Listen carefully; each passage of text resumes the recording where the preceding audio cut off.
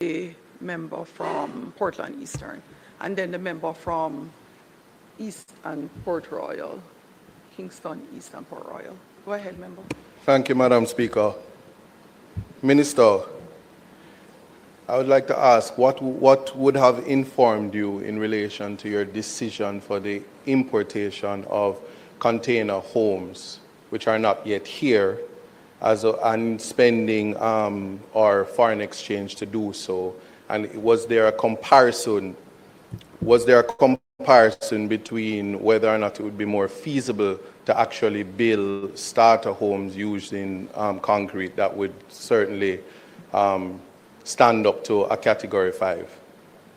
That's the first question that I'm asking. The next question, the next question I'm asking. Oh, I know, but I'm asking that I would like you to answer that question though, in terms of helping me. The next thing I'd like to know, if it is that, as you would have said, that there is a projection of 68% for the debt to GDP. How is it consolidated where Melissa is said to have wiped out 41% of our GDP? How can you consolidate that? And the next thing that I would like to know in terms of a contribution to what you're doing, there was a mentioned last week in relation to the use of a loan to JPS. Minister, is there a decision on your part in the event that JPS is unable to come up with the remainder, if the government is prepared to lend JPS the entire amount so as to ensure that we're not at a loss? And that I'm asking you, Minister, to just give me some clarity on that. Thank you.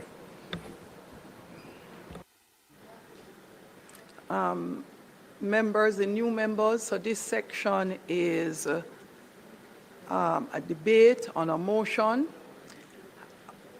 Nothing is wrong if you ask questions as well, but it's not quite question time, so at this session you have a little bit more time if you have also come prepared to debate on the motion. Thank you. Madam Speaker, in relation to today's tabling of the third supplementary estimates and the acknowledgement that we really don't have a complete picture having regard to the announcements made earlier by the Prime Minister, is it reasonable for us to proceed with this debate for the third supplementary estimates? Aren't we quite likely to return very soon, when the picture is far more comprehensive, to have a fourth supplementary estimates? That's one point. The second point is that as we relax the fiscal rules, one of the institutional frameworks that we use to enable greater discipline in how we were able to manage the process to now was the establishment of EPOC, which was the body that enabled the government to keep on track. Is there any contemplation of such a body to be re-established, now move back into a higher level of debt to GDP? And thirdly, in relation to the JPS loan, last week we weren't able to get details on the specifics of the loan, such as what interest rate is being charged, and very importantly, in the event of a conversion, what value of the assets has been determined. And I note the member from East Portland has already asked the question as to where the balance will come from, because the minister last week did indicate that the JPSO cannot go on the market to raise $1. And if in fact the amount of money is indeed 350 million, I gather that that has been lowered by 50. So if we are saying 300 million, where is that balance of 150 or so to come from to enable the JPSCO to have full restoration of all of the country by the February deadline, as the minister had indicated? We didn't get any details last week. Has that loan been formally signed? And if so, if you could reveal the terms. Huh? Right, and of course, which is a government entity that is going to be responsible for administering the loan, passing the money, and to account for it to this Parliament.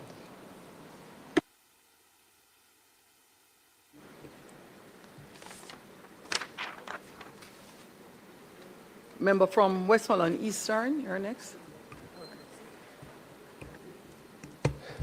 Thank you very much, Madam Speaker. Minister, earlier you said that the damage is greatest in St. Elizabeth in relation to the monetary value. And I'm not debating that, because I suspect that is based on the assets that they had before and the damage to that asset that would give that. What I wanted to know was more about the number of persons that were damaged, because the fact that Westmoreland had a greater number of board houses would put a greater number of individuals being displaced, and the value of the board house would be cheaper than the more permanent structure. So it's easy to get a figure that suggests that the damage is greater in that parish. However, the impact may be greater, or from what I'm seeing, is greater in Westmoreland. And some, like St. James, would have hotels and those other things that clearly are more valuable, and therefore it's easy to see how they would have a higher cost. So the number of houses damaged, and that leads me into the point about the number of container homes that are being ordered. I think the Prime Minister had said 5,000 in an earlier presentation, either here or elsewhere. 5,000 for the container homes. But what is reflected here is 3,300. So, right. So my issue is that the assessments that are being done to determine how many persons have been affected, whether or not we have current numbers on that, because from Eastern Westmoreland alone, our estimate is that we have more than 5,000 houses that are totally destroyed, not damaged, totally destroyed. So the budgetary allocations that we are making, if we are making allocation for 3,300 containers, there has to be another allocation then that is looking at some other temporary solution to get these persons the dignity of having shelter over their heads. Because some of these persons are currently in some of the shelters and need to vacate so that we can get on with school. Because then we have a different complication of the learning loss that is going to take place if students don't have access to the schools. And you have persons who cannot benefit from a container home because they cannot get to the location because of the terrain. So the container home is going to require that you have to use a crane to take it there and to stand it up.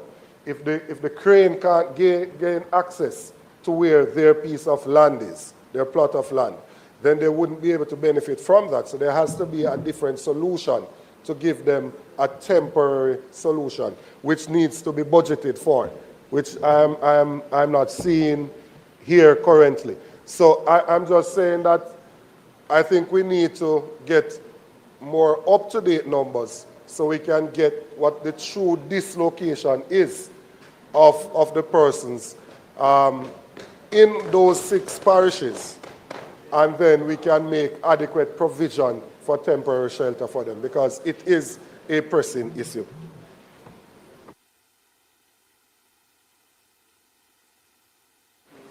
Next is the member from St. Andrew Southwest. For you, Minister. Thank you very much, Madam Speaker. Minister, I wanted to follow on from where the member from Westmoreland Eastern was talking, the last point made. I was intrigued by the metric you used to value the damage. And I was thinking that if we look at the total damage, what metric are we using? All the metrics that we can. For example, what is the value of a board house versus a concrete house? What's the value of any house totally destroyed? How do we value that? What is the value we put to the trauma of the number of individuals in a parish, which would then be subject to more people, a higher level of trauma? How is that valued, and how is it compared? What is the value of lives lost? There are some parishes, some constituencies where more persons have died than other places. How do we value those? Yeah? And I guess by now you realize that what I'm saying is that there are different ways of valuing it. All of them valid. All of them valid.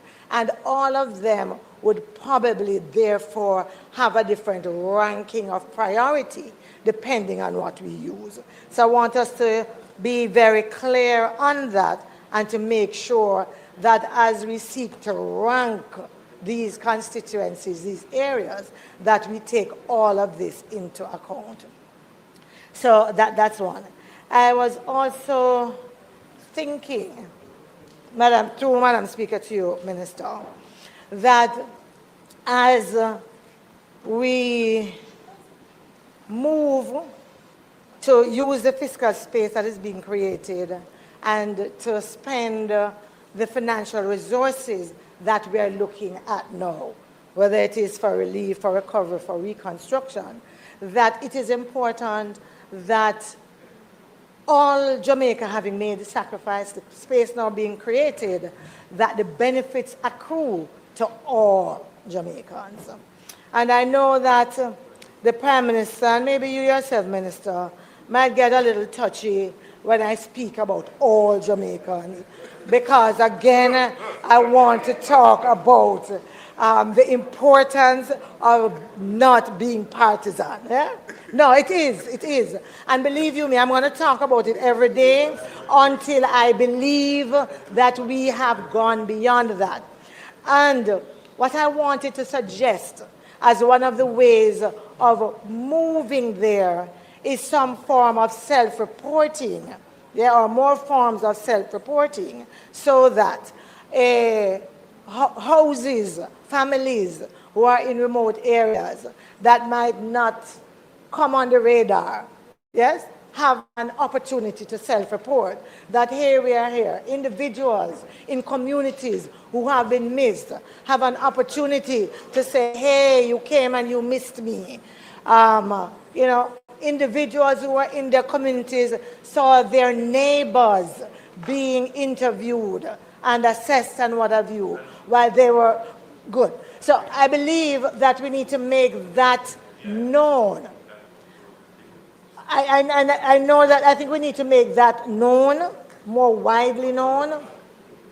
And I think we also need to make sure that it can be done through many ways, yeah, because we know what connectivity looks like in some places, yeah, that if you're going to rely on that solely, it might be difficult.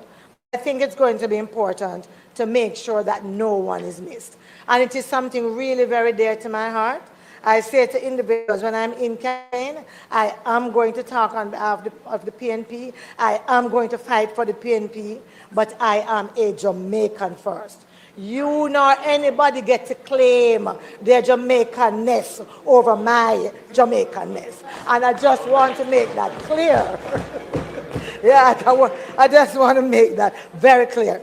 Minister, as you were speaking, you spoke about the infrastructure improvement and so on. And you said that for some of these, that how the benefit will accrue to the tourism sector.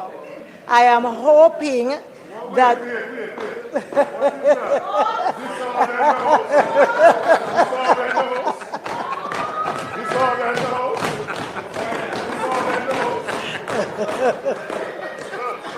Mr. Speaker, I wanted, Minister, to ensure that the reconstruction that we're doing of our infrastructure is really not just about our tourists. It is as about them as it is about Jamaicans. So, for example, in all that we're doing, I am hoping that the sewage system in Greenwich Town, for example, there'll finally be space to make sure that it is done. That there will, yes.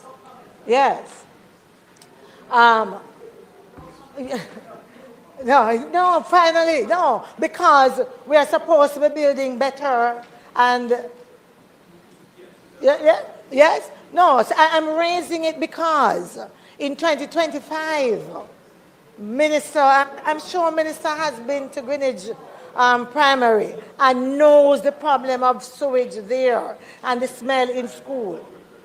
And the smell in school every day. And so as we build better, I am hoping that there is a little space for those issues we have ignored and those issues we have not been able to address, but where the fiscal space might very well allow those to be done. Thank you. I want to remind members that it should just open the issue as it relates to the supplementary estimate not closing yet. She's coming back here with the issue. So we don't have to, look here. We don't, look here. No.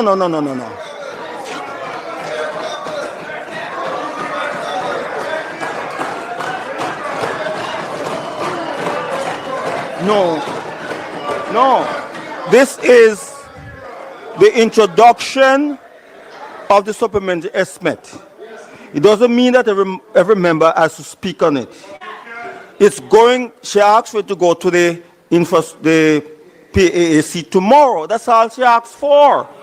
The debate is not yet open. When we come back, we can speak. Madam Minister, can you just respond that we can move on?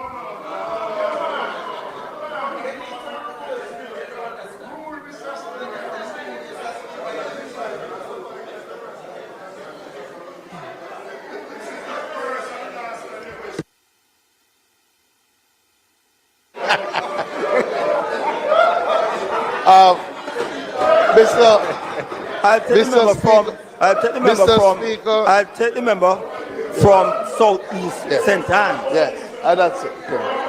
Yeah.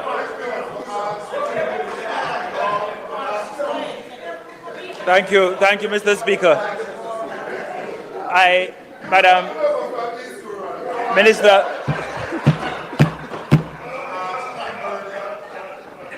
Minister, there is a frustration among. I am the voice of the people, and so yes, from me, because that's what they are feeling. And that frustration, Minister, relates to, in a constituency like mine, and many of the rural ones that were not as affected. They want the opportunity to get back to work. They want the opportunity. They want the opportunity to be productive again.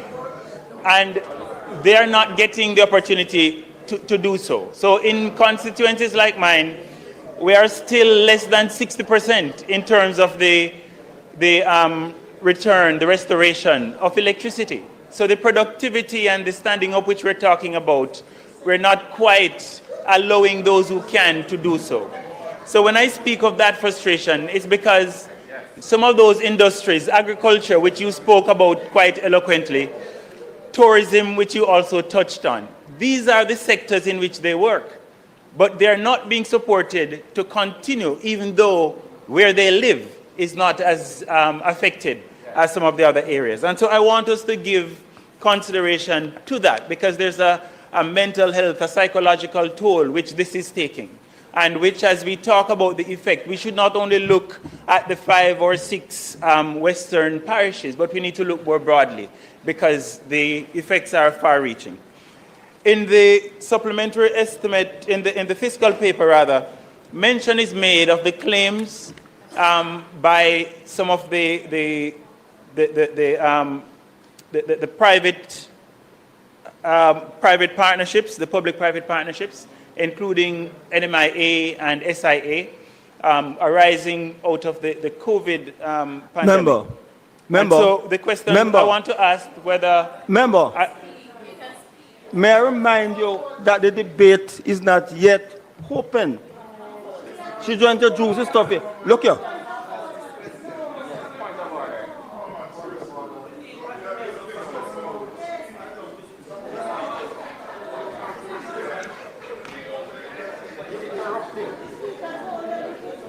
The question I want to ask the Minister, the Speaker.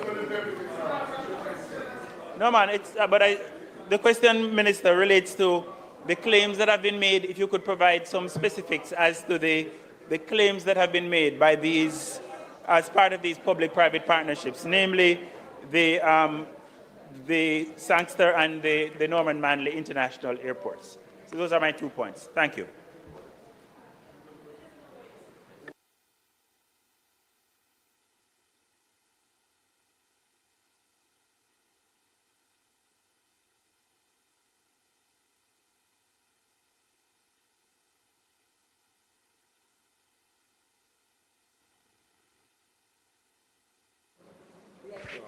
Thank you, Mr. Speaker. I rise to use my entire 30 minutes on this motion. And you, as a stickler for the standing orders, would understand that. But... Member. No, you can speak for the 45 minutes or 30 minutes now, but you know you don't have the chance to speak when you come back to close. You do it right now. You have the time then.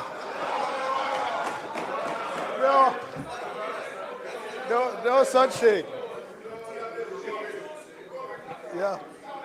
So I want to know how you're going to stop me from speaking when I am the one tabling the PAAC report.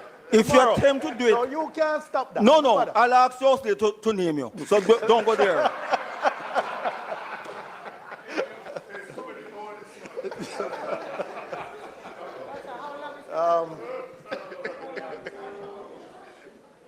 On the referral of these third supplementary estimates and the fiscal policy paper to... Yeah, this... It is an interesting coincidence that the subject I want to speak on is the same one that I was giving notice to ask questions earlier today, which was frustrating. Not the actual questions, just the notice I was giving. And I was prevented from giving notice. However, it is serendipitous that I have this opportunity to treat with some of those same issues. Because I've noticed, Mr. Speaker, that the amounts coming from the bauxite levy in each mentioned both in the fiscal policy paper and in the supplementary estimates have been continued dwindling over time. In fact, for 1 quarter, there was 0 collected in that. And when you look at the impact of Hurricane Melissa on a constituency like South Manchester, there is a high overlap with the houses damaged and the communities that have endured bauxite mining for decades. In fact, when you go to the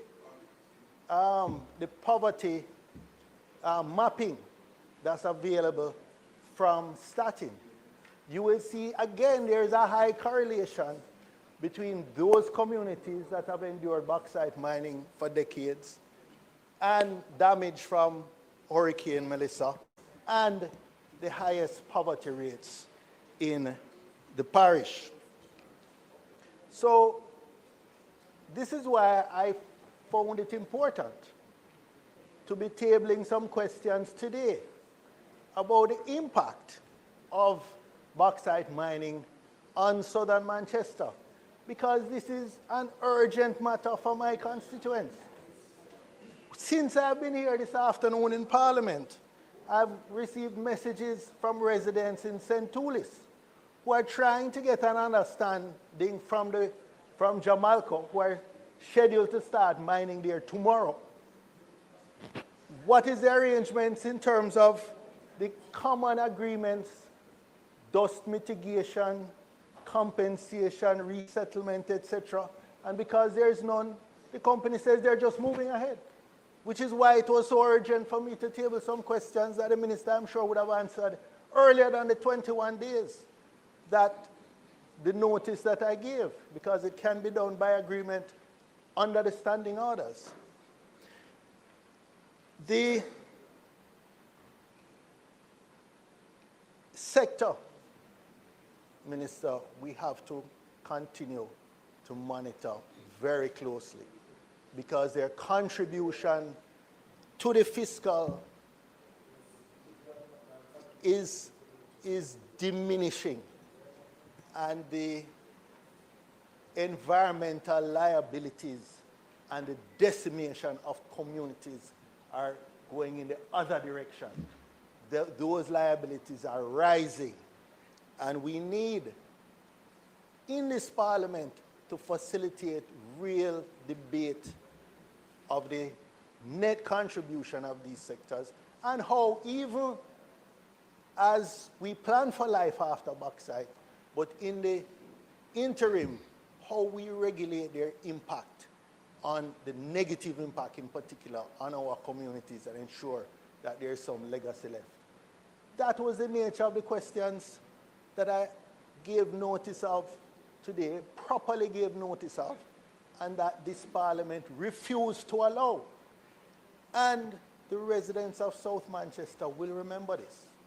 And I am sure all other residents who send us here to represent them and be the voice for the voiceless will be watching and making note of what happened here today. Thank you, Mr. Speaker.